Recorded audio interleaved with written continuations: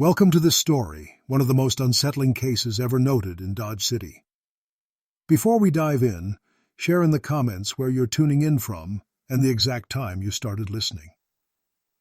It's always interesting to see the different places and hours of the day or night where these stories reach. The year was 1881, a season of unusual stillness on the plains of western Kansas. Dodge City, though built on noise, the rattle of poker chips, the boots of cattlemen, and the laughter spilling from Front Street saloons, carried a strange hush that autumn. Dust rose from the unpaved roads and hung in the air long after wagons passed, as if reluctant to leave. Among the city's row of dimly lit establishments stood the Gilded Ace, a saloon known less for its whiskey and more for its two house performers, Clara and May Ellison, sisters newly arrived from St. Louis.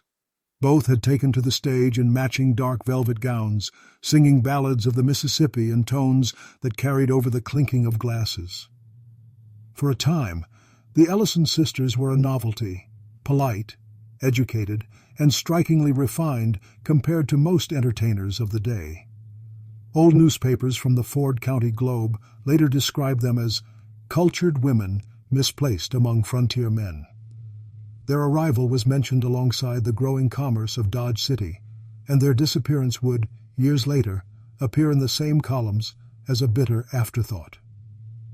In early November of that year, a stagecoach from Pueblo arrived under a low sky. The driver, Henry Doyle, recalled seeing the sisters standing by the boarding house rail, waiting for someone. He remembered their matching parasols and said, "They looked as if they were expecting a carriage that never came."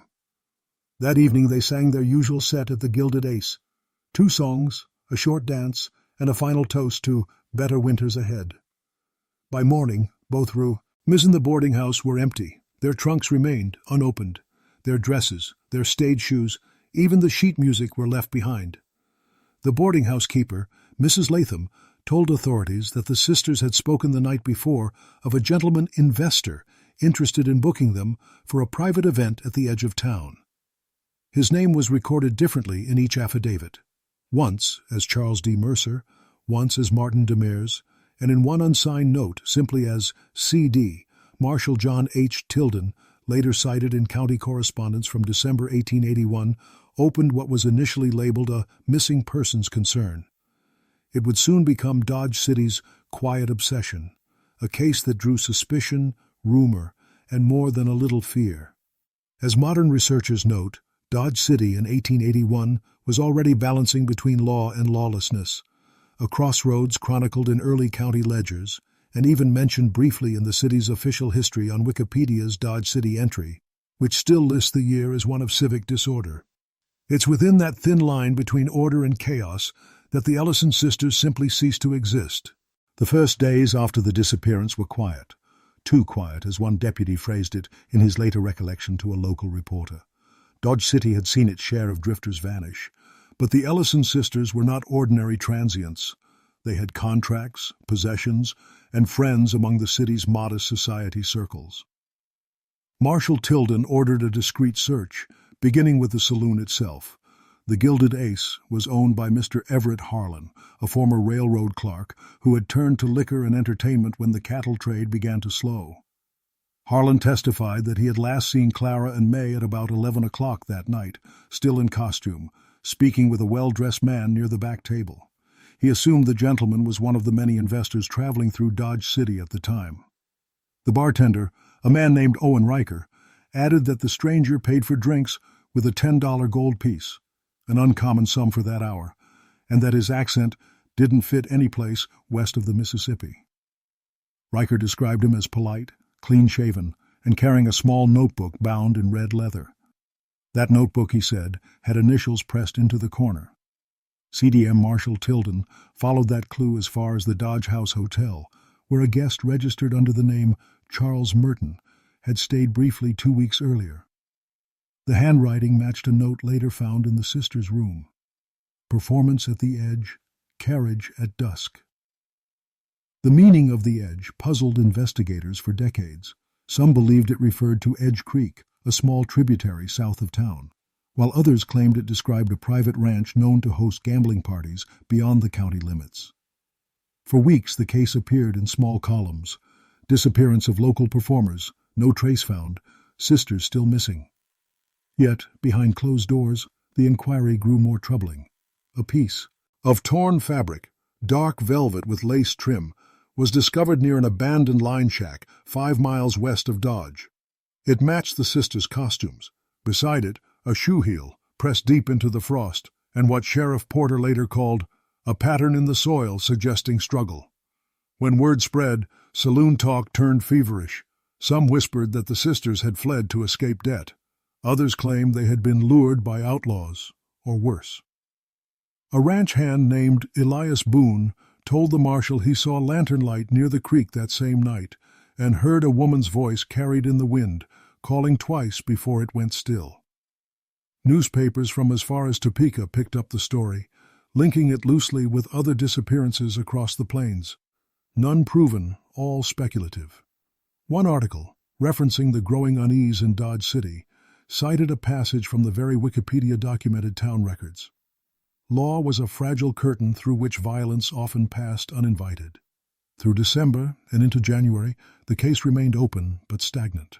Winter pressed in, and with it came silence, until one of the boarding house tenants discovered a letter tucked behind a dresser drawer. It was unsigned, addressed simply to M.D., and written in an unfamiliar hand. "We are to go, though I do not feel easy.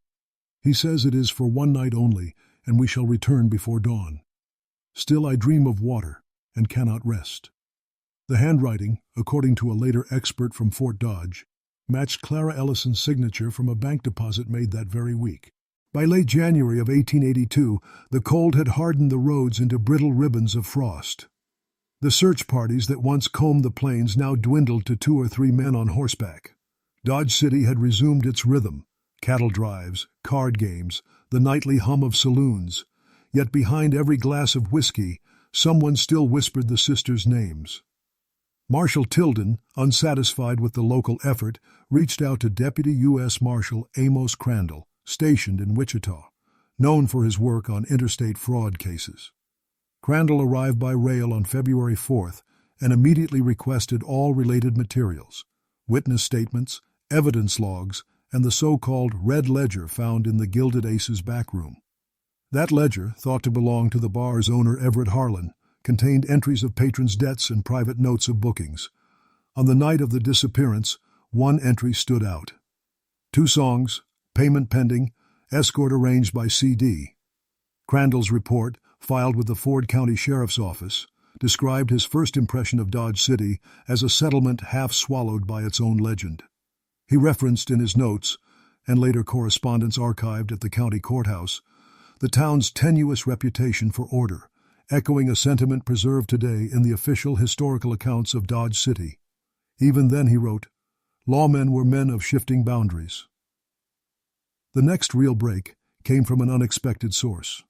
Dr. Horace Dempsey, the town's physician and coroner, approached Marshal Tilden one March morning. He carried with him a small envelope containing hairpins and a single brass button. Both, he claimed, had been found lodged in the floorboards beneath the saloon's changing room. Dempsey's tone was careful, even reluctant.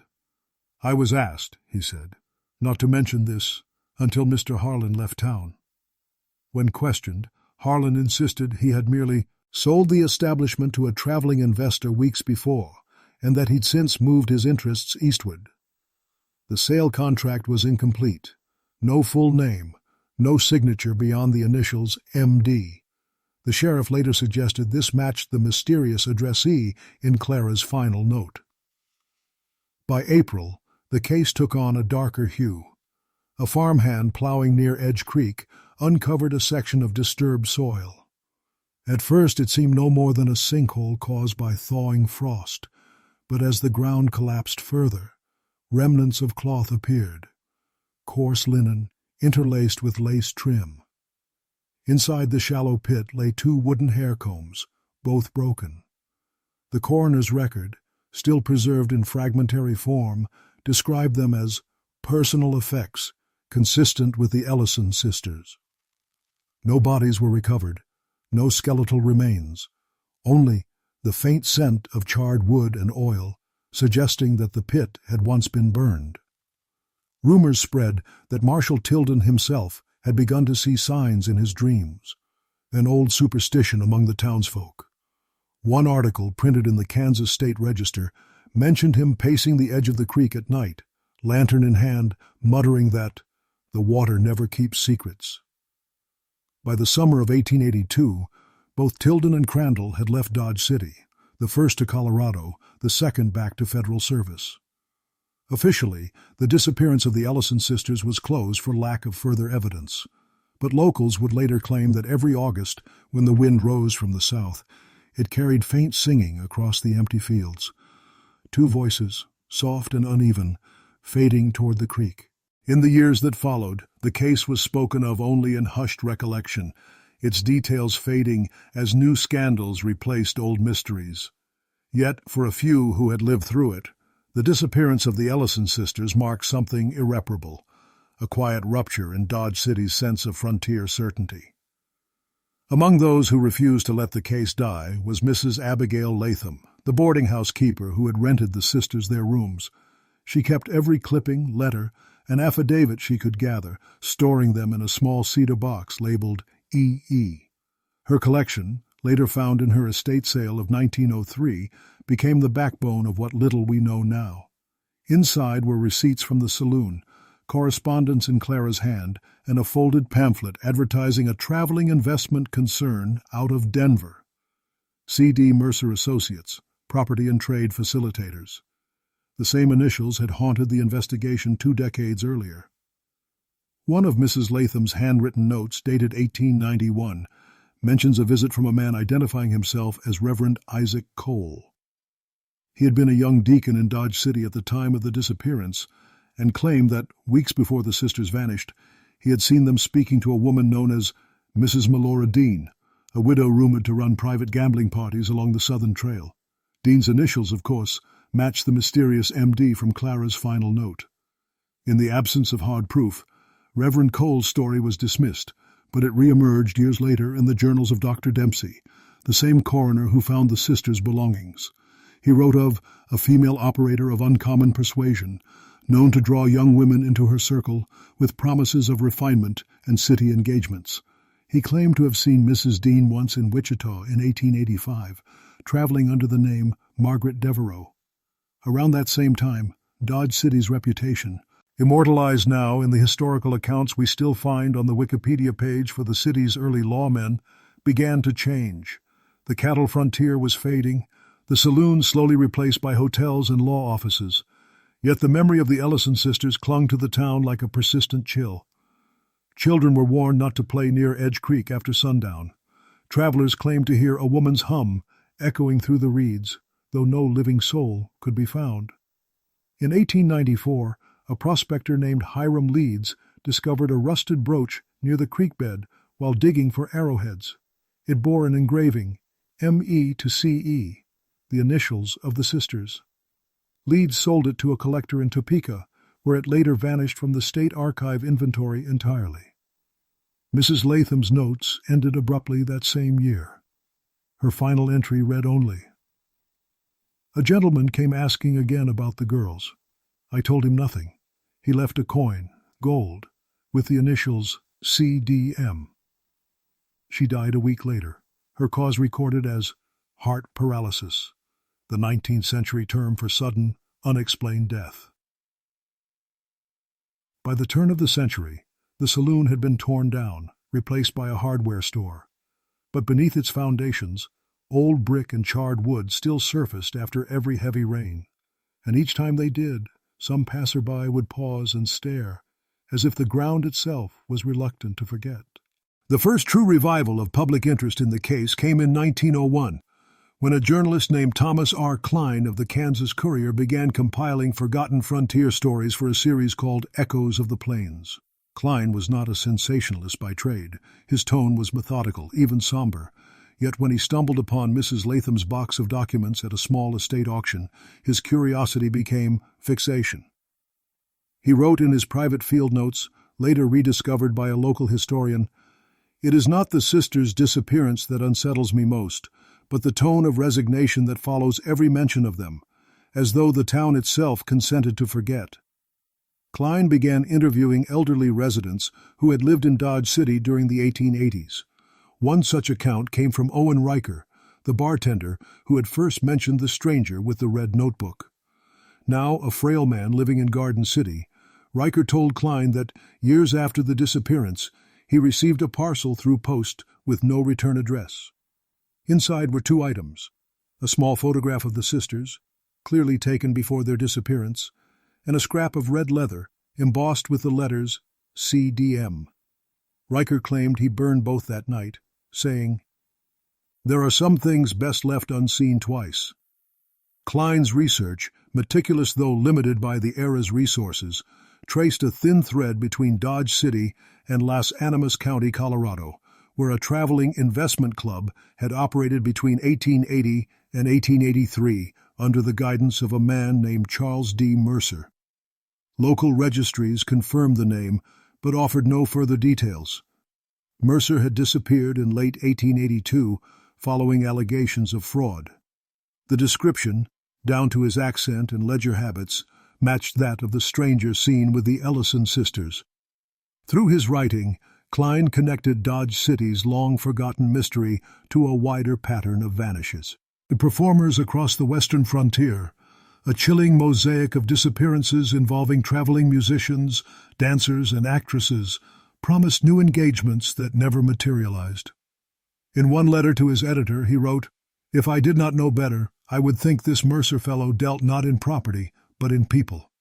Klein published his article in early 1902, titling it "The Missing Voices of Dodge." It caused a brief stir across Kansas and neighboring territories. Some readers dismissed it as local folklore resurrected for profit, while others began sending letters describing eerily similar vanishings. For a brief time, the old Saloon site became a place of quiet pilgrimage. Travelers, historians, and curiosity seekers would come to stand where the Gilded Ace once stood, reading aloud Klein's final paragraph, one that paraphrased the early civic record still noted in Dodge City's historical accounts. "The city built on dust will bury its own tales, but the wind knows, the wind keeps them." A month after his article's publication, Klein left Kansas on assignment and was never heard from again.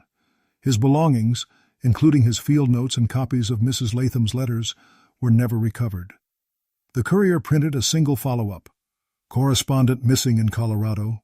Last known destination, Las Animas." By the spring of 1904, Dodge City had changed beyond recognition. The new rail line had brought paved streets, telegraph poles, and a wave of Eastern businessmen more interested in property than memory. Yet among the aging residents, the Ellison sisters remained a topic carefully avoided in polite company. Mentioning them was said to invite a chill, an expression recorded in several surviving diaries from the period. One of the few who continued to speak of the case was Dr. Horace Dempsey, then nearing retirement.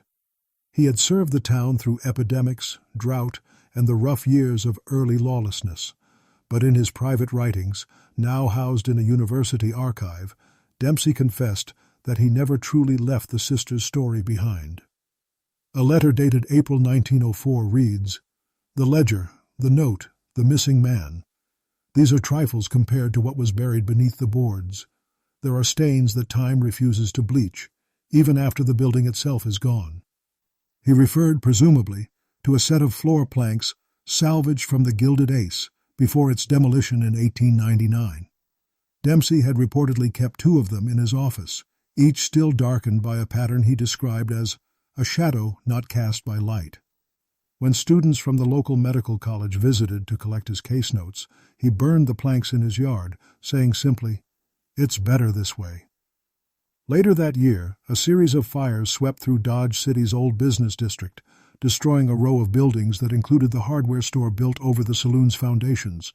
The cause was attributed to faulty wiring, but older residents whispered that the fire found what lawmen could not.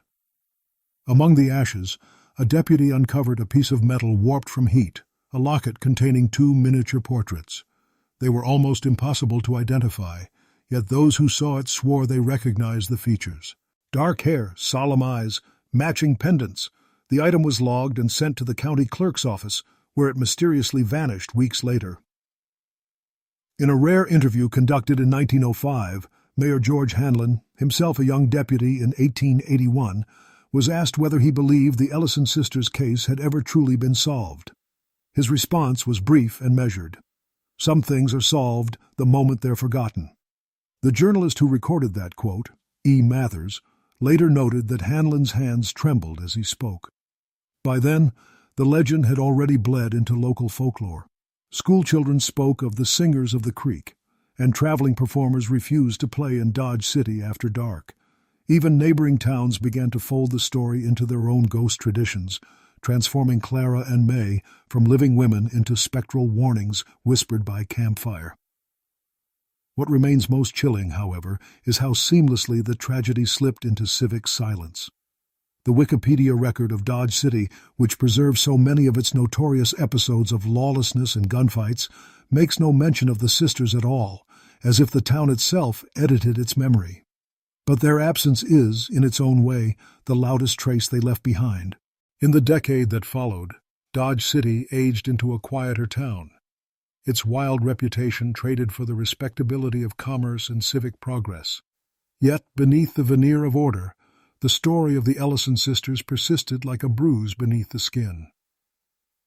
In 1909, a historian from Topeka named Professor Leonard Wexler arrived to document the early social life of the Kansas frontier. His intent was to interview surviving settlers about religion, trade, and entertainment in the 1870s and 1880s. When he asked elderly residents about the saloon culture, most answered readily, until he mentioned the year 1881. Then, as his journal notes record, all conversation ceased, and eyes turned toward the window as though something might be listening. Intrigued, Wexler began tracing old court files, but found that everything pertaining to the Ellison case had been removed from the Ford County archives. Even the missing persons log for that year contained a curious gap. Entries for October and November were gone, the pages cut neatly from the binding. When Wexler pressed the clerk for explanation, he was told only that some files were lost in a transfer. It was during this research that Wexler encountered Reverend Isaac Cole, by then nearly 80, still living on the edge of town. The Reverend remembered both sisters vividly. He described Clara as the voice of grace, and May as the one who watched the doors. According to Cole, 2 days before their disappearance, he overheard them arguing in the boarding-house parlor. He recalled May saying, "You trust too easily, Clara. A fine hat doesn't make a gentleman." Cole also claimed that after they vanished, he was asked by a stranger, a woman in dark traveling clothes, to pray for 2 departed souls soon to be found. He never saw her again, but swore that her voice had the same inflection as the widow Melora Dean, whose name had once shadowed the investigation. Wexler published his findings in a small academic journal in 1910 under the title The Vanished Performers of Dodge City.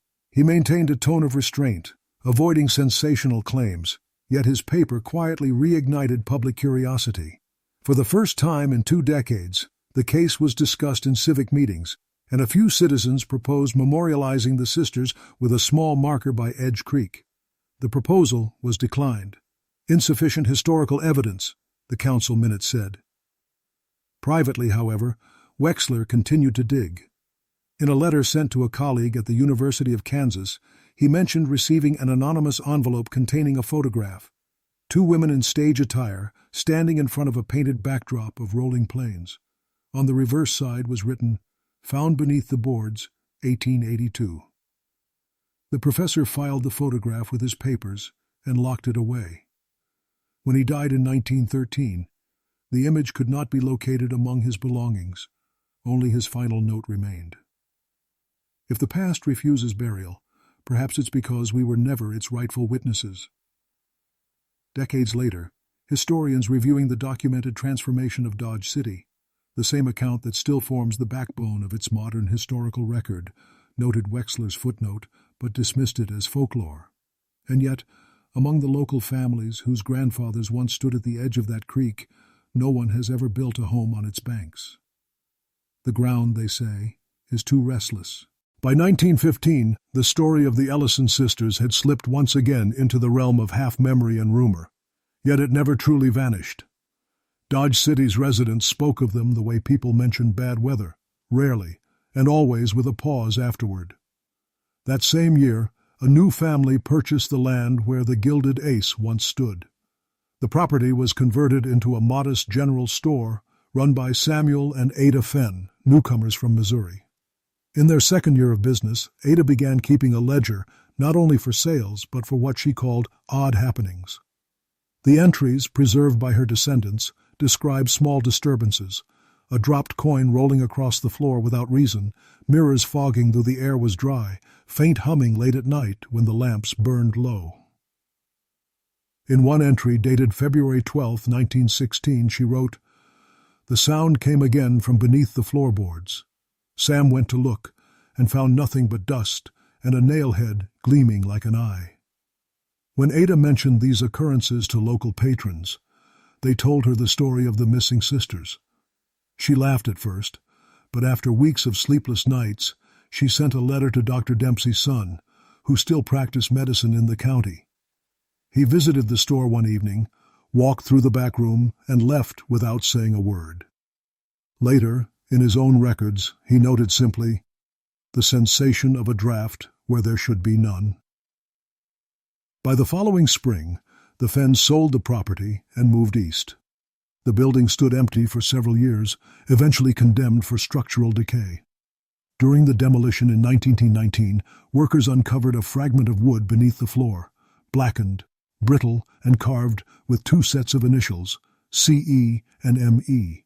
One worker, Jack Holleran, claimed he took the fragment home as a curiosity. Within the month, his house burned down.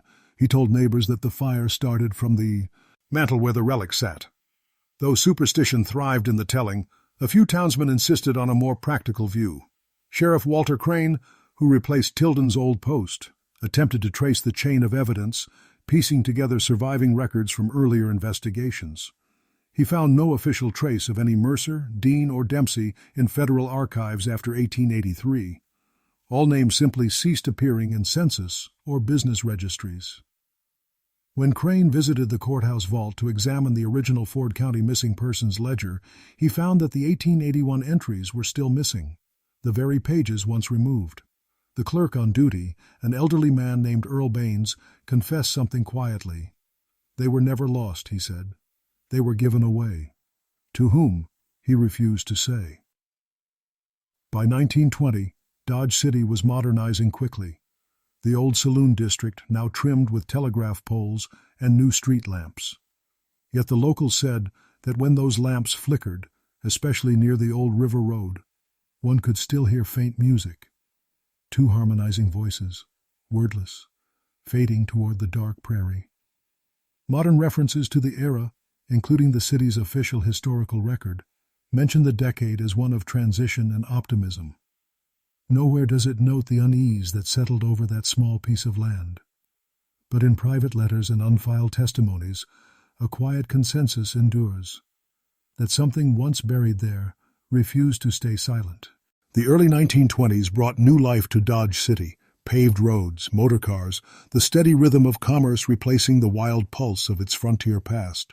Yet even amid this progress, there were whispers that the town itself had grown uneasy when the wind shifted from the south. In 1921, a group of railway surveyors were sent to expand a short spur near Edge Creek, the same waterway long tied to the sisters' disappearance. One of the engineers, Daniel Croft, later gave a statement to the Ford County Gazette. He described how, during excavation, the men uncovered an area of compacted soil embedded with fragments of glass and charred wood. Beneath them lay what appeared to be the outline of a cellar, half collapsed, its timbers burned from within. When they broke through one of the beams, a foul odor escaped, not of decay, but of something old and chemical, like singed varnish. Among the debris, Croft found a small tin box containing remnants of paper. Though most had disintegrated, one corner remained legible, a hand-drawn treble clef, and the words, "Second verse, Edge." The discovery drew quiet attention from a local historian, Mrs. Helena March, who documented early Kansas folklore. She traveled from Topeka that summer to examine the site. Her journal, later published privately, recounts how the excavation crew grew reluctant to dig further after one worker claimed to see a figure standing in the reeds that vanished when approached. March noted that she herself heard a low, sustained hum, like two voices holding the same tone. When she inquired at the courthouse for prior property records, the clerk produced a single page from 1881, half burned, but still bearing the name C.D. Mercer. The lot number matched the old saloon's foundation. She also noted that in the city's historical summary, the year 1881 remained curiously understated, described merely as a period of notable transitions in entertainment and trade. March wrote that phrase in the margin of her notes, adding, "Euphemism can be a form of erasure." A month later, the partially unearthed cellar was filled in, officially for safety reasons. No further excavation was permitted. The site was later graded for the rail extension, leaving no visible trace of the discovery. Yet March's report lingered in the archives, its final passage both calm and haunting. Some foundations are laid twice, once in brick, once in rumor, and of the two, rumor endures the longer. In the same year, a traveling photographer passing through Dodge City captured a series of panoramic plates for the railroad company. In one exposure, faint but visible near the lower right corner, stood two indistinct figures by the water's edge, blurred by motion, their reflections warped in the current. When asked about the image decades later, the photographer claimed he had been alone that day. The photograph, now part of a private collection, has since been analyzed repeatedly. No definitive explanation has ever been reached, though experts agree that no other photograph from that session shows similar distortions. Whether the effect was a trick of the lens, a trick of memory, or something between, no one can say. What remains certain is that every time the town tried to bury its story, something, or someone, seemed to bring it quietly back to light. By 1923, the Ellison case had drifted into the language of folklore rather than law, yet a few persistent souls refused to let it rest. One such man was Deputy Harold Kemp, a young officer fascinated by the city's forgotten archives. He had grown up hearing fragments of the sister's story whispered by his grandmother, who once worked as a seamstress in the same boarding house where the women lodged. Kemp began sifting through the courthouse basement, a space filled with dust, insects, and mismatched ledgers stacked by decade. There, among tax receipts and abandoned probate cases, he found a packet of loose papers sealed with wax. The inscription read simply, E.M. 1881, Personal Effects. Inside were two folded letters, browned with age. The first, in Clara's delicate handwriting, read, May says the man's promises sound rehearsed. Still, the carriage is arranged, and he has the funds. I do not fear for us, only that we might not be seen for some days. Tell Mrs. Latham not to worry if we return late. The second was unsigned, its ink faint. If found, let it be known that we went willingly, though something in me warns otherwise. If the music stops, know that it was not our choice. Kemp presented the discovery to his superior, but the sheriff advised him to put it back where he found it. When pressed, the sheriff replied, Son, this town's peace is worth more than any ghost story. Kemp ignored the warning. He contacted Helena March, the historian who had investigated the excavation 2 years earlier. Together, they revisited the site along Edge Creek, now overgrown and partly fenced by the railway. March recorded that, despite the hum of engines nearby, the air around the creek felt unseasonably still, as if the wind avoided it. She noted Kemp's unease, describing how he paused often, listening. That evening, as they prepared to leave, March recounted, hearing faint notes, a rising melody, minor and deliberate, like a song remembered halfway. She turned toward the sound, expecting to see a train in the distance, but there was only mist gathering over the water. The following morning, Kemp failed to report for duty. His horse was found tethered near the creek, his notebook lying open on the ground. Inside was a single entry, dated the night before. Found the place again. The sound isn't carried by wind. It comes from below. Searchers combed the area for 3 days, but found nothing further. The official report listed Kemp as missing, presumed drowned. No funeral was held. The family requested privacy. After his disappearance, March withdrew from public life, publishing only one final article the next year in a small historical quarterly. The essay, Echoes Beneath the Prairie, referenced the Ellison case obliquely, observing that the West was not merely built on violence, but on absence, a kind of silence that feeds upon itself. In her private correspondence, she cited the historical timeline of Dodge City's civic reform, noting how every few decades the town rebuilt itself upon the same few blocks, as though erasing and rewriting its own geography. "It is not only the dead who vanish here," she wrote. "Sometimes the living do, too." By the late 1920s, Dodge City had all but forgotten its ghosts. The prosperity of paved streets, radios, and new theaters filled the town with light and noise. Yet, for a handful of older residents, the silence of Edge Creek remained an unspoken boundary, a place to pass by quickly without looking too long at the reeds. It was around this time that Professor Ellen Baird, an anthropologist from the University of Chicago, arrived in Kansas as part of a folklore documentation project. Her goal was to collect oral histories from frontier towns before they vanished under modernity. In Dodge City, she was told of the usual tales: gunfights, cattle drives, gamblers, until one elderly tailor, Mr. Abram Holt, mentioned the Song of the Vanished Sisters. Baird, trained to separate legend from traceable fact, asked to hear the full story. Holt, cautious at first, finally said, "It began when law was new, and the wind still had room to move. 2 ladies sang in the saloon. Then one night, they didn't." He handed her a small, torn photograph, 2 women in dark dresses, standing by a painted backdrop of a stage curtain. Their eyes, even in the faded image, seemed fixed on the viewer, direct, unsmiling.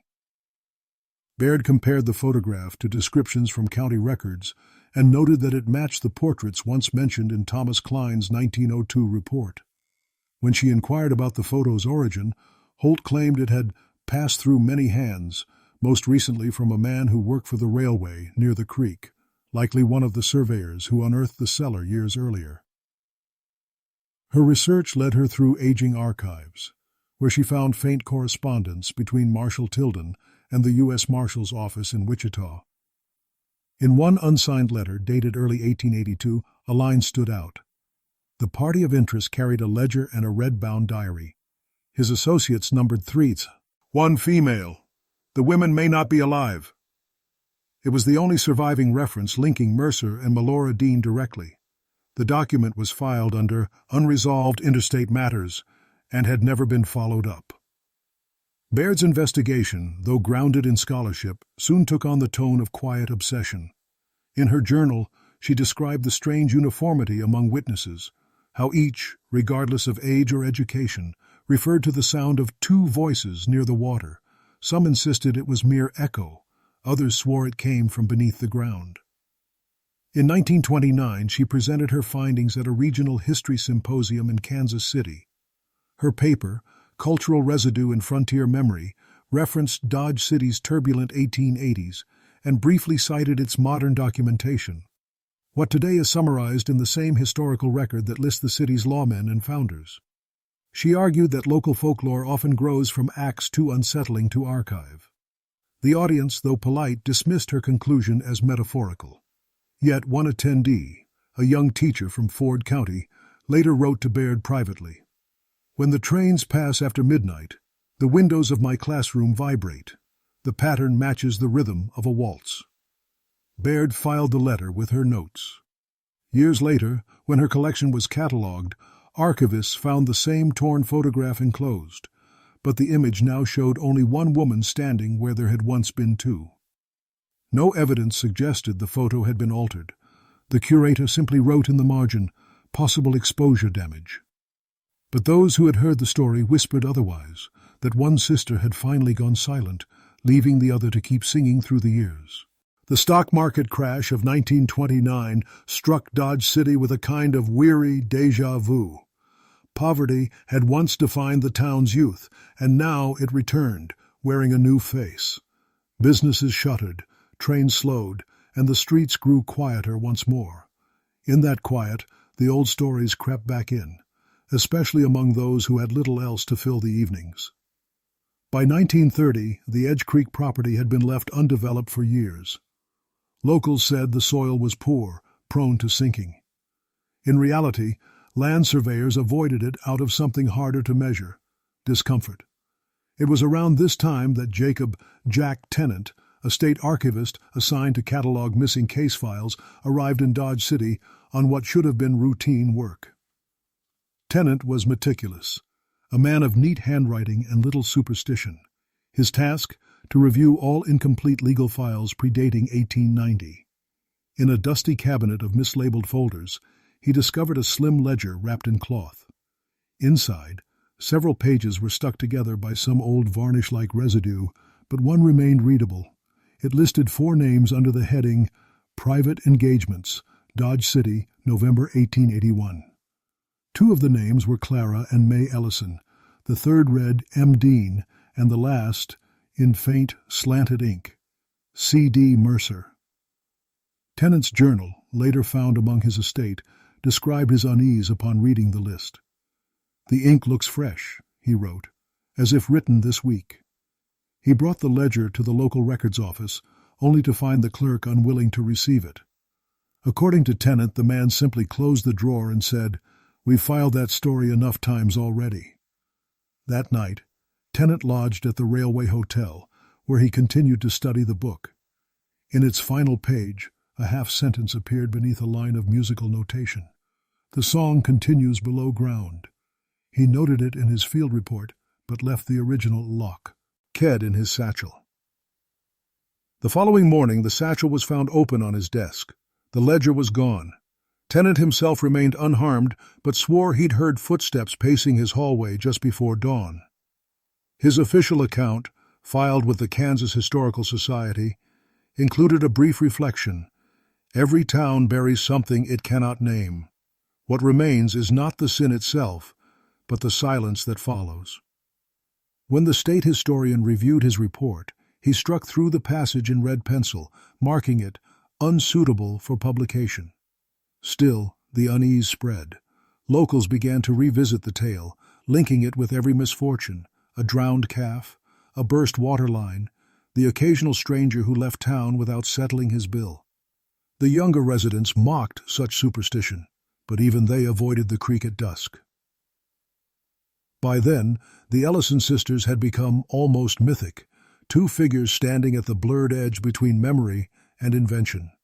Their story, woven into local talk, resurfaced whenever life grew quiet enough to hear what lay beneath.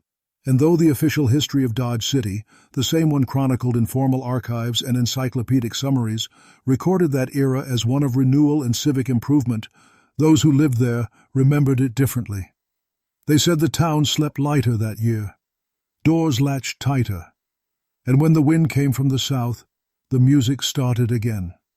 Faint, almost tender, as though calling for an audience that never arrived. By 1931, Dodge City was a shadow of its former self. Dust storms swept across the plains, leaving fine red powder in every crack and crevice. The people grew gaunt, the air heavy, the land brittle. Many families left for Colorado or Missouri, chasing work or simply the hope of cleaner sky. Those who stayed said the nights had changed. Quieter, yes, but not peaceful. That spring, an amateur radio operator named Frank Mallory began recording strange sounds near Edge Creek.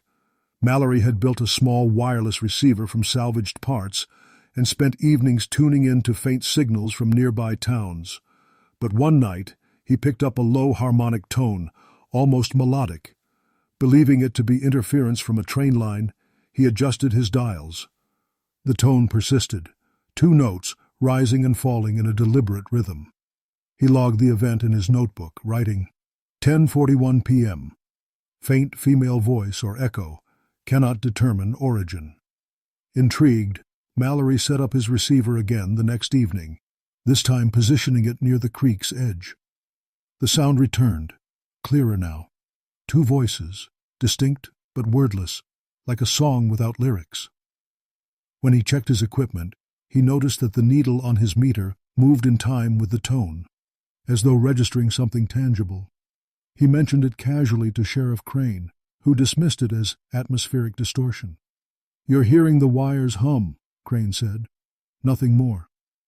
Still, when Mallory returned to the creek a week later, he found fresh boot prints along the bank. 2 pairs, small and narrow, vanishing into the reeds. Days later, the county was struck by a severe dust storm that buried the area under drifts of fine earth. Mallory's equipment was destroyed. His final entry, smudged with grit, read, "The signal fades, but the voices linger." Around the same time, the Kansas Historical Review published an article by a retired journalist named Edward Mathers, who decades earlier had interviewed Mayor Hanlon about the sisters. In this piece, Mathers attempted to separate fact from legend, citing surviving notes from the Marshall Tilden investigation. His conclusion was understated but uneasy. If no record remains, it is because someone took pains to erase it, and yet the absence has become its own evidence. He compared Dodge City's silence on the matter to what historians now call archival omission, a term later referenced in the very Wikipedia entry summarizing the city's development. "Every frontier town," Mathers wrote, "has its grave beneath the ledger." His essay, though briefly noted by scholars, revived an old unease among townsfolk. Farmers claimed their wells near the creek ran sour that summer, the water tasting faintly metallic. Livestock refused to drink. When a small boy went missing one evening while chasing his dog near the same stretch of water, the search turned frantic. The boy was found unharmed the next morning, asleep in a thicket. Asked what had happened, he replied simply, "The ladies told me to stay until the storm passed." There was no sign of anyone else in the area. The sheriff's report lists the incident as child's imagination, yet as one old rancher wrote in his diary that night, if it was imagination, it was a kind we've all been having for 50 years. The Dust Bowl years pressed hard on Dodge City. By 1933, entire blocks lay abandoned, the windows boarded or broken, the air full of grit that never settled. What had once been remembered as a frontier of opportunity now felt like a graveyard of its own past. And yet, through the despair, there were still those who spoke softly of the sisters, always in winter, when the wind carried long over the prairie. During this bleak period, a Works Progress Administration WPA team arrived to document the region's vanishing cultural heritage. Among them was archivist Pauline Sutter, a quiet, precise woman whose assignment was to collect oral histories from residents over the age of 70. Her notes, later stored at the Library of Congress, reveal something unexpected. Dodge City's elders, though reluctant to discuss outlaws or gunfights, spoke freely about the 2 singers. One interview with Mrs. Eunice Pike, age 83, reads, "They came to us like visitors from another place, always together, always dressed alike. My brother swore he saw them after they were gone, standing by the livery just before the fire." Sutter, skeptical at first, began cross-referencing Pike's recollections with local records. That's when she found something odd. In a municipal storage room, mislabeled under building codes, 1880-1884, was a single envelope addressed to the Ford County Board of Trustees. Inside, brittle and half-charred, was an inspection notice for the Gilded Ace Saloon, dated 2 weeks before the sisters disappeared. Scribbled in the corner was a note. "Stage door hinges loose. Cellar to be reinforced." There was no record of that repair ever being completed. Sutter visited the presumed site, now a flattened lot with only fragments of foundation visible through the dust. She collected samples of the soil for documentation and described it as unusually dark, smooth, pulling faintly of oil. Her supervisor dismissed the observation as irrelevant. Later in her notes, she references a night when, while cataloging transcriptions, she began hearing a faint tune outside her boarding house window, a simple waltz in 3/4 time.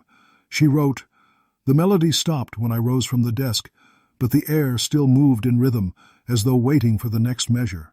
Though the report was filed with the WPA archives, the section detailing the Ellison case was excluded from the final federal publication. It survived only as a personal appendix, discovered decades later by historians reviewing the forgotten files. In her closing remarks, Sutter wrote, "Some histories we preserve with ink and paper, others preserve themselves through the refusal to vanish." When Dodge City's council later dedicated its new public library in 1934, no plaque, no record, and no mention of the Ellison sisters appeared in the city's official history. The same record now condensed and summarized in modern encyclopedic references. But that year, during the dedication ceremony, a cold gust swept through the crowd, toppling a flower display from the podium. A musician, hired to perform background pieces, later claimed his violin slipped out of tune mid-performance. He described the resulting sound as a sudden, perfect harmony, two notes blending for an instant, then fading. None of the guests remarked upon it, but a few turned their heads toward the old Saloon district and stood silent, as though listening for something they could not name. By 1935, Dodge City was weary, layered in the fine dust of loss. The wheat fields lay bare, the sky a constant dull gray. Yet amid the hardship, a quiet fascination with the past began to stir again. When crops failed and money disappeared, people turned to stories, especially the kind that lingered just beyond explanation. That year, Harold Yates, a young schoolteacher, decided to collect ghost tales from his students for a local writing contest. The winning entry came from a 12-year-old girl named Elsie Boone, granddaughter of the same ranch hand who, over 50 years earlier, had claimed to hear a woman's cry near Edge Creek. Her story, titled "The Sisters by the Water," was simple. Two women appear to travelers lost in the storm, guiding them back toward the lantern lights of town. Yates, amused by the eerie coincidence, brought the essay to the local newspaper editor. The editor laughed it off, but agreed to print it in the Sunday section. 2 weeks later, a letter arrived at the paper's office, written in a trembling, old-fashioned hand. "Please tell the child she has remembered the tune correctly. It was never meant to frighten, only to warn." There was no return address. The postmark read Wichita, but the handwriting bore the flourishes of another century, curving loops and heavy downward strokes typical of the 1880s. Yates, unnerved, visited the newspaper office to see the original envelope. He swore the wax seal, a faint CDM, matched descriptions he had read in Old Town rumors about the man last seen with the Ellison sisters. He brought the matter to the sheriff, but the letter had disappeared from the editor's desk overnight. The incident sparked brief curiosity. Some older residents claimed it was merely an elaborate prank, yet a few insisted it proved what they had long whispered, that the story never truly ended, only receded when Piotr stopped looking. In September, heavy rains flooded parts of the town, washing away much of the soil around the creek banks. A group of boys, exploring after the storm, found fragments of timber and iron near the exposed roots of a cottonwood. They thought it was debris from the old rail spur, but an inscription was faintly visible on one of the pieces. E.M. November 81. The local historian, Mrs. Helena March, long since retired and nearly blind, was brought the artifact for identification. She ran her hand along the engraving and whispered, "They've come up again." Within days, the fragment went missing from the clerk's desk, replaced by a blank receipt sheet. As the depression deepened, Dodge City turned inward, building, surviving, forgetting. The story of the sisters faded once more, this time behind more immediate hunger and hardship. But even then, a few citizens kept small tokens, a brooch, a torn poster, a half-remembered melody hummed while sweeping the floor.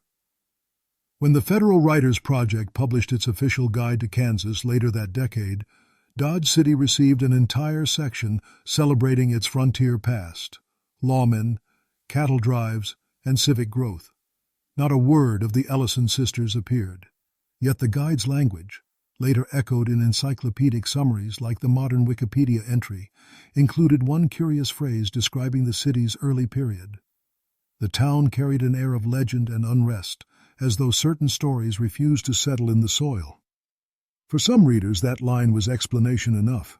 By the winter of 1936, the plains had turned to ash-colored earth, and Dodge City's residents spoke softly indoors, as if even sound might stir the dust. The depression lingered, yet life went on in its stubborn, muted way. A small museum opened that year in the newly built Civic Hall, a modest room filled with pioneer relics, mining tools, and faded photographs of the early town.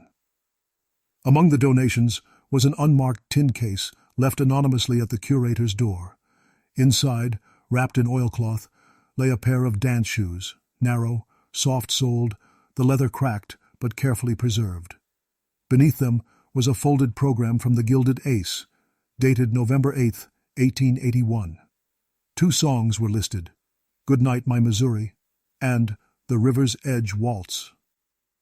No one ever claimed responsibility for the donation.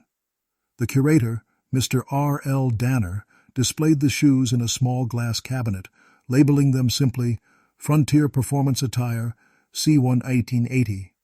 But visitors who lingered near that display sometimes reported hearing a faint strain of music when the hall was empty. Danner himself dismissed such talk, though his assistant later recalled seeing him remove the exhibit key from the cabinet each night with a trembling hand. That spring, the Dodge City Daily Globe published an article marking the 55th anniversary of the town's founding. It recounted the boom years, the taming of the frontier, and the lawmen who brought order. Buried near the end of the column, a single paragraph appeared under the heading Notable Unsolved Matters.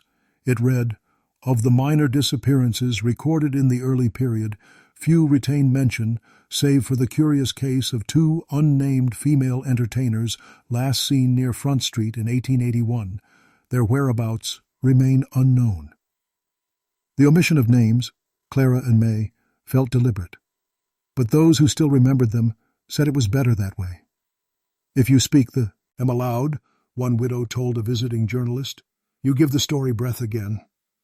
That journalist, Ruth Harland, traveled from Topeka intending to write a simple human interest piece on Dodge City's forgotten histories.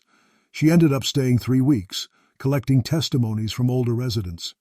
Her eventual article, The Song That Faded, was published in 1937, earning modest attention in state circles. Harlan's tone was calm and methodical, the kind that made even the uncanny sound plausible. She described visiting Edge Creek, standing where the water barely moved beneath the dust-clogged banks. She noted that the air carried no scent, no sound of insects, only a low vibration, as if the ground itself hummed. In her notes, she referenced the earlier investigations by Helena March and Professor Wexler, linking their observations with her own. She wrote, "Every few decades, someone hears the song again. It waits for those who listen too long." When the article reached Dodge City, many dismissed it as another ghost story meant to sell papers. But a few readers noticed something odd. The final printed paragraph differed from Harlan's original submission. In the newspaper version, the closing line read, "Some stories end because no one survives to tell them." Her draft, recovered years later, had said something else entirely. "Some stories end because those who remain choose silence over truth." The change was never explained. The editor who handled her piece resigned 2 months later, citing personal reasons. And though the article faded into the archives, the melody it described, a 2-part waltz with no words, was soon being hummed again by townsfolk who couldn't say where they'd heard it. By 1939, Dodge City was preparing to celebrate its frontier heritage in grand fashion. The city council planned parades, reenactments, and a full historical exhibition to attract tourists. Posters declared 58 years of progress, from Gunsmoke to glory. But beneath the cheerful planning, old unease returned. For some, the thought of stirring the past too deeply was reason enough to stay home. Among the organizers was archivist Pauline Sutter, the same woman who had gathered oral histories for the WPA a few years earlier. She had returned to oversee the preservation of local artifacts for the exhibition. When her assistants unpacked a shipment of display crates from the Civic Hall's storage, they found one unmarked box that did not appear on any inventory list. Inside were 2 framed daguerreotype portraits, tarnished but intact. Each showed a woman seated formally, her expression somber, her eyes fixed forward. On the back of both frames, in faint pencil, someone had written, "Clara May." Sutter immediately recognized the names and quietly removed the photographs from the display roster. But that night, after the hall was locked, the janitor reported hearing the faint sound of a piano coming from the darkened exhibit room. When he entered, he found no one, only the air quivering with the last echo of a note. Sutter's private log, preserved in her later estate papers, describes what followed. "I locked the portraits in the office cabinet, intending to return them to storage. When I came in this morning, the cabinet door stood open, and one frame was gone. The other was turned face down." She never reported the incident officially, fearing ridicule, but within a week she resigned from the committee, citing illness. That summer, the Dodge City Centennial Parade proceeded without mention of the Ellison sisters. Visitors crowded the streets, cheering at floats depicting stagecoaches, buffalo hunters, and lawmen. Yet several attendees later wrote of a peculiar moment. During a lull in the festivities, when no music played and the wind dropped, they distinctly heard the faint melody of a waltz, 2 notes repeating in minor harmony. A local schoolteacher described it in her diary. "It sounded like a duet, one voice higher than the other, then silence, sudden as a curtain drop." The newspaper brushed it off as a quirk of acoustics, but a few days later, workers dismantling the parade stands found one of the missing daguerreotype frames wedged between the wooden boards. The glass had cracked clean through, forming a jagged line across the sitter's face. By autumn, Dodge City began to quiet again. The dust storms receded, the air cleared, and the celebration's banners were taken down. Only the faint rumor remained that someone had seen 2 figures standing at dusk along the empty parade route, one holding a parasol, the other a sheet of paper that shimmered like sheet music in the fading light.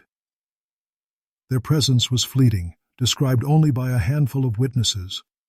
But for the older residents, the sight felt less like an apparition and more like memory resurfacing, uninvited, inevitable.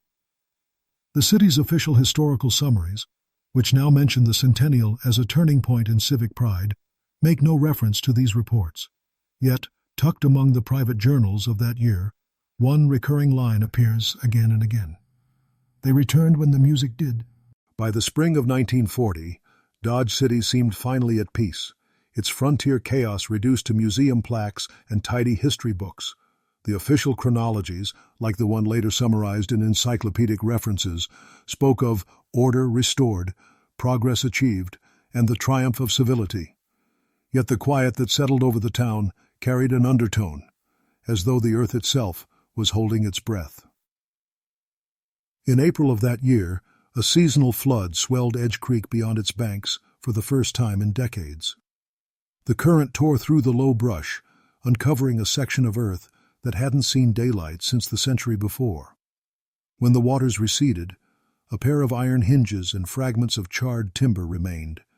The foreman who found them thought they belonged to an old wagon, but one of his men noticed they were arranged too neatly, like the outline of a small door.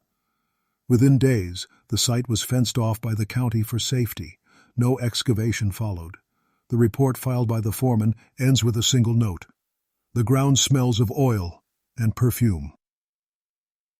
Weeks later, a traveling folklorist, Dr. Edmund Caro, arrived to study local legends for a regional radio broadcast.